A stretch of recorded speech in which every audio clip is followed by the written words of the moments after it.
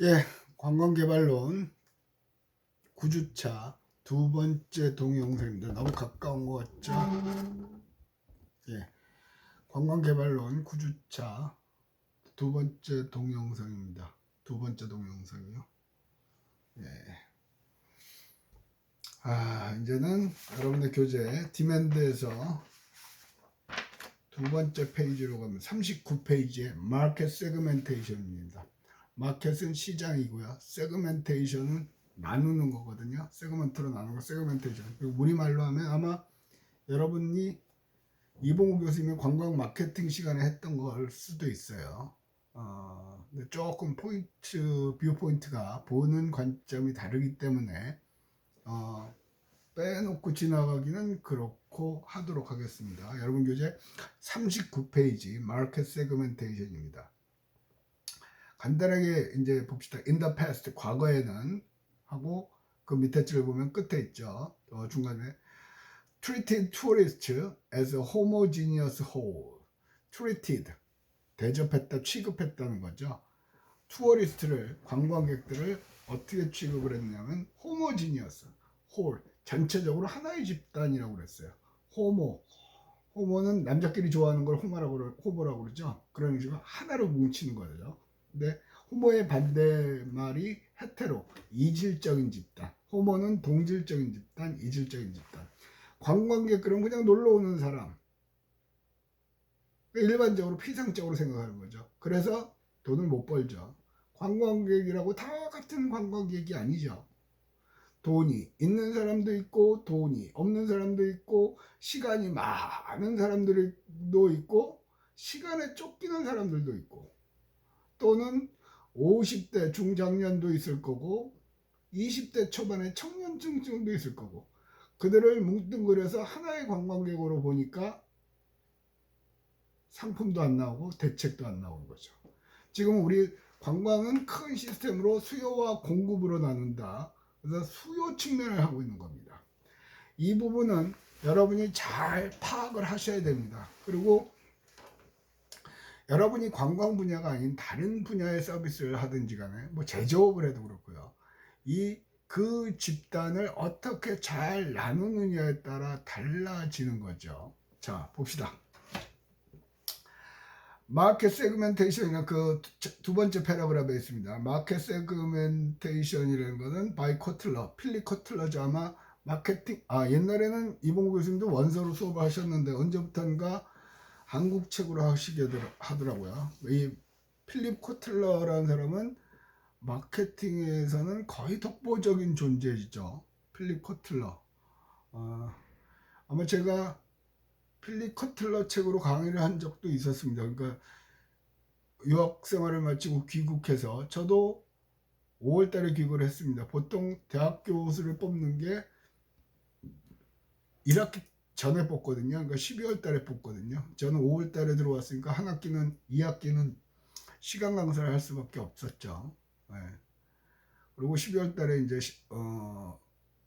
대학에 원서를 내고 대학 교수가 됐고 그 시간 강사하는 한 학기 동안에 한양대, 그 다음에 우송대, 또 전 서울이니까 용인대, 그러니까 우송대는 대전에 있었고요. 그런데 하면서 어디선가 아마 마케팅을 강의를 한 적이 있었던 것 같아요. 그때가 저한테는 굉장히 재밌었던 시기였죠. 왜냐하면 공부를 해야 가르치니까. 그러니까 진짜 그때 마케팅을 원래 별로 안 좋아했어요. 근데 그때 코틀러 책을 강의하려고 준비를 하면서 이렇게 저렇게 공부를 하다 보니까 재밌더라고요. 그 기억이 갑자기 났어요. 자, 코틀러는 뭐라고 그러냐면 The subdividing of a market into homogeneous subset of customers. 마켓을 동일 집단으로 나누는 거예요. 어떻게 나누냐? Where any subset may conceivably be selected as a market target. 타겟 마켓으로 취급할 수 있게끔, 생각할 수 있게끔 하나의 집단으로 하는 거죠. 교수님 뭔 소리를 하는지 모르겠습니다. 몰라도 돼요. 이제부터가 이제 좀 중요한 거죠. 그래서 he further offered three basic conditions. 이렇게 세 개의 그 집단으로, 세 개가 아니고 집단으로 나누기 위해서 세 가지 중요한 베이직 컨디션을 얘기를 했어요. First, second, third 있습니다. First는 must be great enough numbers. 항상 이거 할 때 보면 예를 드는 게 그런 거거든요. 봅시다. 저는 수염이 나보다 많이 나요. 그래서 매일 면도를 해야 되거든요. 우리 아들은 좀 나보단 덜한 것 같은데, 남자들은 다 그런 줄 알았어요 나는. 근데 아닌 것도 있더라고요. 자, 어느 회사에서 면도기를 만들었어요. 그러면 물론 여자들도 면도를 하긴 하더라고요, 우리 딸내미를 보니까. 근데 여자보다는 남자가 면도하는 데는 더 많은 수요를 갖고 있는 거죠. 그죠? 그 면도기를 만드는 걸로 하면서 쉽게 예를 들어 봅시다. First, there must be a great enough numbers. 충분히 숫자가 있어야 돼요.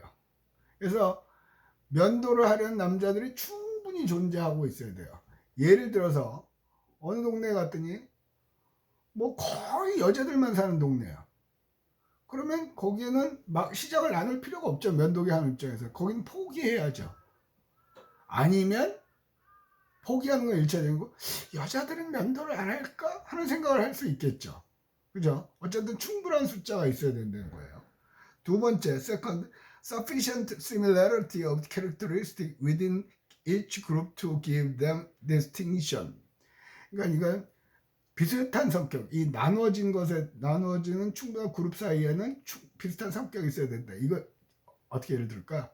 예, 그렇습니다. 국제관광경영학과 강의실로 와서 그 홍보용 면도기를 나눠준다고 칩시다. 그러면 그 수업을 듣는 수강생들을 나누지 않으면 오늘 우리 수업 들었던 강의실에서 수업 들었던 학생 모두에게 면도기를 하나씩 나눠주면서 써보시고 좋으면 써주세요 하는데, 남자용 면도기를 여자들한테까지 나눠줄 필요는 없죠. 그죠? 그 다음에 우리 반 A반과 B반으로 나눠준다고 합시다. 그러면 A반에 있는 남자들의 숫자와 B반에 있는 남자들의 숫자가 일단 숫자가 충분해야 되고, 그 A반 남자와 B반 남자들이 비슷한 성격을 갖고 있어야 된다는 거예요. 그죠? 비슷한 similar characteristics within each group 됐고요. 다른 집단과 구별된. 그렇죠? 뭐 개발로 A반에 있는 남학생들이나 B반에 있는 남학생들은 낫죠. 그렇지 않은 경우도 있으니까 예를 들어 이럴 수도 있죠. 우리 동의대학교에는 그 일찌감치 검정고시를 통해서 초등학교만 졸업하고 대학으로 바로 온 남자들이 꽤 된다. 그럴 수도 있잖아요. 예를 들면. 그런데 A반의 남학생과 그 검정고시 본 남학생은 성격이 다르죠. 일단 요새 초등학생도 면도하나 모르겠는데 초등학생들은 면도할 기회가 그렇게 많지 않잖아요. 상대적으로. 그죠? 적어도 대학생들은 거의 면도를 하니까 그런 차이를 얘기하는 거고요. 그게 두 번째,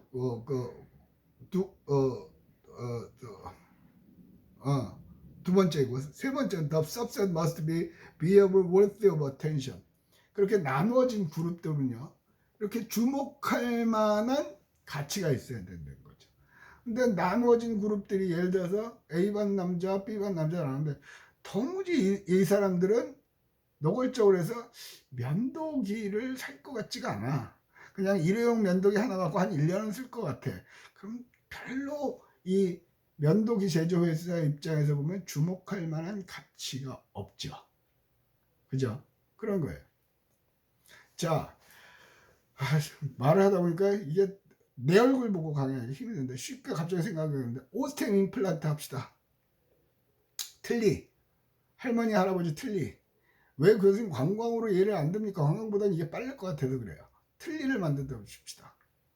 그러면 젊은 사람들한테 틀니를 나눠줘봐야 관심도 없죠. 징그럽다고 그러죠. 적어도 나이 든 사람. 근데 그것도 요즘에는 또 임플란트에서 일을 새로 넣죠. 그러면 임플란트도 못하는, 그러니까 경제적인 이유가 아니라 너무 또 연세가 많으시거나 지병이 있으시면 임플란트를 못해요. 당뇨 같은 게 있으면 혹시라도 출혈이 생기면 멈추지가 않기 때문에 그런 것들이요. 그러니까 시장 세분화요. 그래서 시장 세분화를 잘하면 잘할수록 서비스업에서는 성공할 수가 있죠. 그래서 시장 세분화를 잘해서 성공, 시장 세분화, 예, 뭐죠? 알바 천국 같은 경우야. 얘기 들어보면 알바 천국은 잘 나눠져 있더라고 하더라고요. 그죠? 아르바이트를 하는 사람들. 그러니까 그런 것들이요.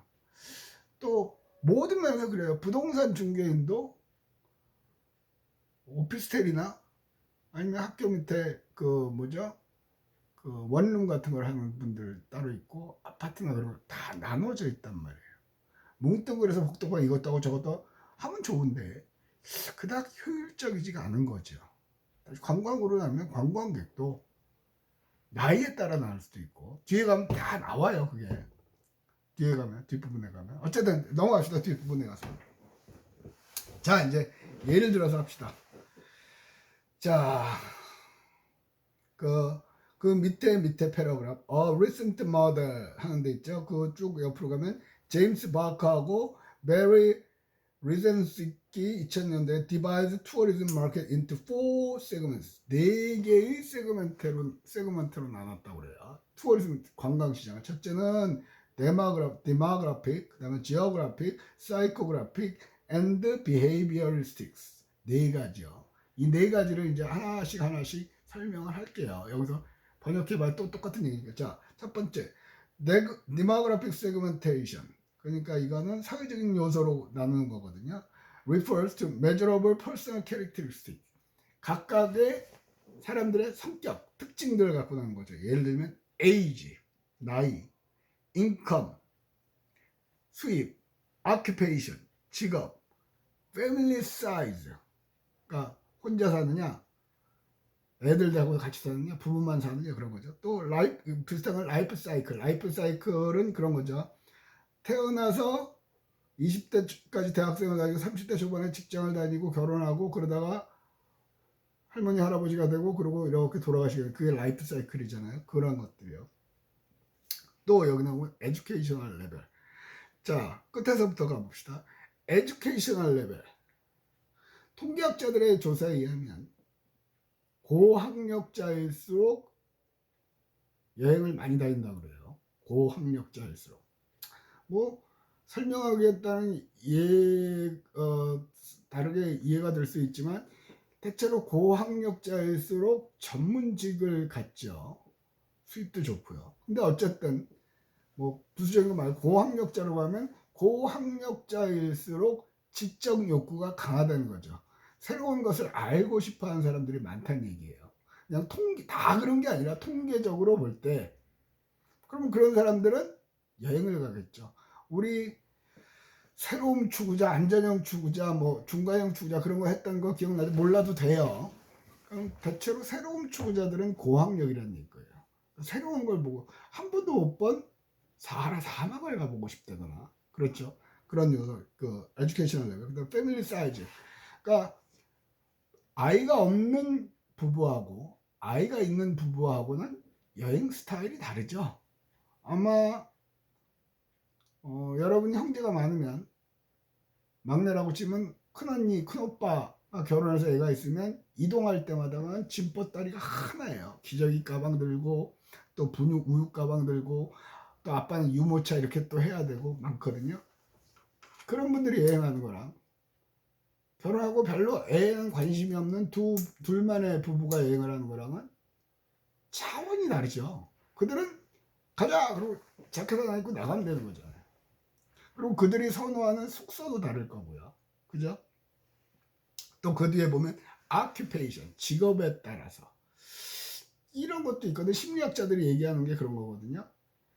정밀을 요하는, 고도의 능력을 요하는 직업을 가진 정신적인 노동을 많이 하는 사람들일수록 또 여행을 많이 한다고 그러거든요. 반면에 자유로운 직업을 가진, 그러니까 직업에 따라서 아침 8시에 출근해서 저녁에 퇴근해야 되고 그런 판에 박힌 사람들은 아무래도 여행할 기회가 작죠. 그러니까 여행 상품을 만들어도 누구를 대상으로 한 상품을 만들 것이냐, 그런 걸 나눠야죠. 그럼 시장을 구별을 해야죠. 무조건 아까 수업 시간에 예를 들었던 거예요. 단품 관광. 그래서 옛날에 그 정현록인가요? 몇 대 학회장인지 모르는데 굉장히 그 학회장을 하면서 애착이 많았던 학생 같아요. 그래서 주로 아르바이트도 지금은 하나 투어에 있나 모두 투어에 있을 거예요. 지금 쉬고 있는 것 같고 코로나 때문에. 그때 인상적이었던 게 그런 거거든요. 수업을 듣더니 그 학생이 와가지고 교수님 저 이번에 관광버스를 하나 움직이려고 그럽니다. 야 그거 하려면 돈이 드는데 학회비로 할 수도 없고 그렇다고 학생들 보고 갈 사람 돈 내라고 그러면 뭐이 냉겨먹네 어쩌는. 그래서 최대한 싸게 빌려서 수익자 부담 원칙으로 학생들을 대상으로 우리과 학생들 그리고 그게 만약에 못하면 이웃과에도 홍보를 해서 걔네들을 끌어들여서 관광버스를 띄우려고 그런다. 근데 갑자기 왜 우리 답사도 가는데 왜 관광버스를 띄우는데 자기가 가만히 생각해 보니까 학생들은 진해 벚꽃 관광도 쉽게 가지지 않는다는 거죠. 차가 없으면. 대체로 대학생들이 자기 차가 있는 경우는 있는 사람도 있습니다만 드물잖아요. 그런 학생들을 상대로 해서 그걸 하나 띄워보겠다. 그 비용은 버스값만 하겠다. 그래서 좋다. 그거 괜찮겠다. 그러면 버스값만 받고 식사나 그런 거는 지들이 알아서 먹게 해라. 뭐 김밥 사 먹으려면 김밥 사 먹고 거기 가서 뭐 소고기 썰어 먹을 수 있으면 거기서 썰어 먹는 걸로 하고 그렇게 해서 대박을 친 것도 이익이 남았다는 게 아니라 아주 호황리에 그 행사를 마친 경우예요. 그게 바로 마켓 세그멘테이션의 전형적인 예예요.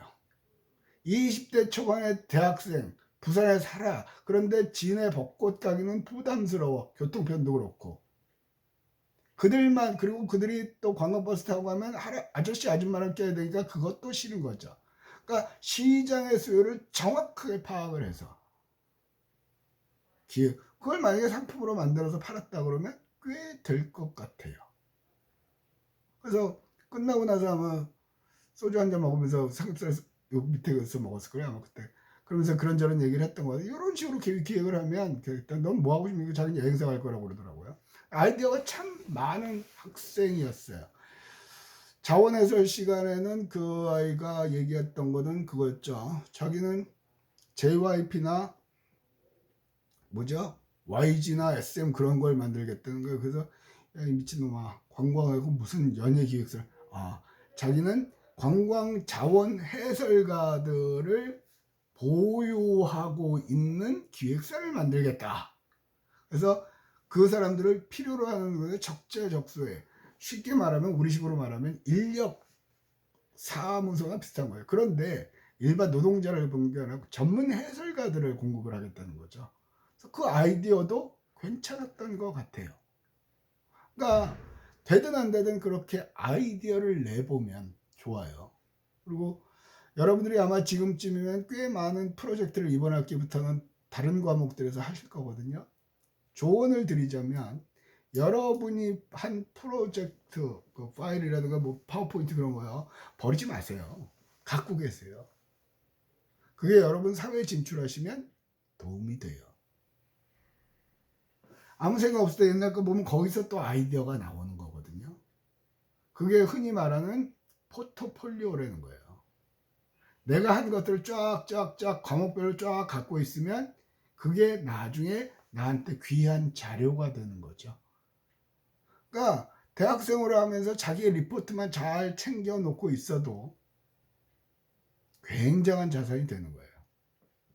자, 어쨌든 첫 번째가 데모그래픽 세그멘트 사회적인 요인으로 적는 것서 그다음에 인컴 수입에 따라서는 당연하죠. 늘상 얘기하는 거 뭐죠? 그 코레일의 산천 경주 가고 뭐 한 2박 3일인가 3박 4일에 500 얼마인가 하는 거. 그런데도 예약 100% 3개월 전에 예약 안 하면 3개월인가 6개월 전에 예약 안 하면 할 수도 없었던 거 된다니까요. 된다니까. 그다음에 에이지 나이에 따라서 늘상 하는 얘기죠. 나이에 따라 선호하는 관광지가 달라지죠. 할머니 할아버지 50대 60대가 통영의 루찌 밟을거려? 아니면 짚라인 타고 내려가다 심장마비 사망하는 수 생겨요. 별거 아닌 것 같죠. 그런데 의외로 각 관공서마다 자문을 하러 가면 그 생각을 안 하세요. 안 하는 게 아니라 그런 걸 해본 적이 없는 거죠. 그래서 부산시청도 그렇고 뭐 경남도청이나 뭐 울산 창원 뭐 다 마찬가지인데요. 담당하시는 공무원분들이 관광 쪽에 담당하시는 분들이 우리 과 3학년보다 못해요. 생각하는 거는. 결국은 뭐 다른 복합적인 요인도 있죠. 순환 모직을 하거나 그런 것 때문에 그런 이유도 있는데 관광 쪽은 무궁무진해요. 무궁무진해요. 왜 무궁무진하면 새로운 것들이 자꾸 만들어지니까요. 아까 수업 시간에 했던 얘기, 또 좀 전에 9주차 첫 번째 동영상에서 했던 얘기, 결국 관광의 관건은 뭐냐면요, 아이디어 싸움이에요. 아이디어. 남과 다른 색다른 아이디어를. 근데 그 아이디어도 구체적으로 갈수록 아는 게 많아야죠. 그러면 오늘 이런 얘기를 하는 것도 하나의 아이디어죠. 근데 여러분들이 이거 하면 이것만 외우죠. 에이지, 인컴, 오큐페이션, 패밀리 사이즈, 라이프 스타일, IG 인컴. 그게 뭔지 모르는 거예요. 그러니까 오늘도 훈계했지만 정부, 가버먼트 섹터의 역할 4가지를 제시를 하고 각각에 따라서 부산에 당면한 문제를 해결할 수 있는 구체적인 사례를 제시하시오 했더니 답을 못 쓰잖아요. 가버먼트 섹터 4개 쓴 사람들은 많아요. 그걸 어떻게 적용을 할 거냐. 그게 이제 우리 교육의 문제거든요. 그냥 외우는 것만 한단 말이에요. 맨날 외워갖고는 재미없는 인생이에요. 라이프 사이클에 따라서 에이지하고도 비슷하지만 할머니 할아버지들만을 위한 건가? 저는 앞으로 그런 것도 굉장히 가능성이 있다고 생각하거든요. 우리 사회의 가장 큰 사회적인 문제가 뭐냐면 고령화예요. 우리는 고령 사회예요. 아예 이제 초고령 사회로 진입을 하고 있죠. 왜? 늙기는 하는데 죽지는 않잖아요. 의료기술의 발달로. 그분들도 여행하고 싶은 마음이 있을 거 아니에요. 그러니까 앞으로 노인들을 위한 관광. 근데 여러분들 입장에서는 어려워요. 유행가 가수가 있거든요. 나이가 꽤 한 60 몇 살인가 한 가수예요. 근데 가사 중에 우연히 듣다가 운전하면서 듣다가 가사 중에 이런 너는 늙어봤냐? 난 젊어봤다. 저한테 꽤 들어왔어요. 왜냐하면 너는 안 늙었기 때문에 늙어본 적이 없기 때문에 늙은 사람을 이해를 못하지만 자기는 젊었을 때도 있었기 때문에 젊은 사람을 또 이해할 수 있다는 거죠. 그건 바꿔 말하면 여러분들 입장에서도 주변에 할아버지 할머니가 계시면 제일 좋고 아니면 지하철에 타시는 노인, 버스에 타시는 노인분들을 잘 관찰만 해도 되고 백화점이나 쇼핑센터나 그런 데 갔을 때 노인들이 어떤 행태를 보이는가를 유심히 보면 굉장한 공부예요. 그게 어려우면 이런 단행본들이요. 저쪽에 있네. 그거는 노인들을 위한 시장은 없다. 뭐 그런 책이 있거든요. 그러니까 앞으로 유망한 분야예요. 앞으로 유망한 분야예요. 노인들. 왜? 사회 구성원의 대다수가 늙을 테니까. 그러면 늙은 사람들은 다 요양원에 있나면 그런 건 아니잖아요. 다닐 수 있는 사람은 열심히 다니잖아요. 젊은 사람보다 더 다니죠. 왜? 은퇴하고 시간도 많고 어느 정도 경제적인 여유도 있고 또 경제적인 여유가 없어도 그렇게 막 럭셔리한 거 아니래도 밖으로 다니면서 여유롭게 유유자적한 생활을 즐기려는 분들은 많아요. 그래서 한동안은 요즘도 뭐 엊그저께 한 번 만나니 그러더라고. 거제도에 그 농사 지으러 간다고. 그러니까 그게 사회를 보는 시각이죠. 근데 그런 거는 진짜 공부를 좀 하시면 뭐 사회복지학과에 그런 과목이 있으면 그런 과목도 한번 수강을 해보는 것도 좋고 교양 과목에 그런 게 있으면 들어도 봐도 좋고 드립다 이것만 외워가 에이지 인컴 뭐 그건 백날 외워봐야 시험 봐서 A 플러스 맞는데 도움이 되겠죠. 근데 그 A 플러스가 과연 여러분한테 어떤 도움을 주는 거냐, 그거는 고민을 해봐야 되죠. 아이고, 9-2에서 어떻게 하다가 미리 낸다고 그러다가 또 까먹었어요. 동영상에서 레포트는 마켓 세그멘테이션이라고 그랬잖아요. 그걸 우리말로 하면 시장 세분화. 그죠? 답도 가르쳐 주네. 예. 마켓 세그멘테이션을 우리말로 하면 시장 꽁꽁꽁 세 글자 써서 내시면 됩니다. 초성을 가르치면 시읒, 비읍, 히읗. 자, 요걸로 표시해 놓고 할 게 많아요. 표시해 놓고 그 다음에 답도 써야죠. 그래야 여러분 거 체크하잖아요. 이렇게 해서 동영상 강의를 마칩니다. 9주차 두 번째 동영상을 마치도록 하겠습니다. 안녕. 안녕. 예. 안녕.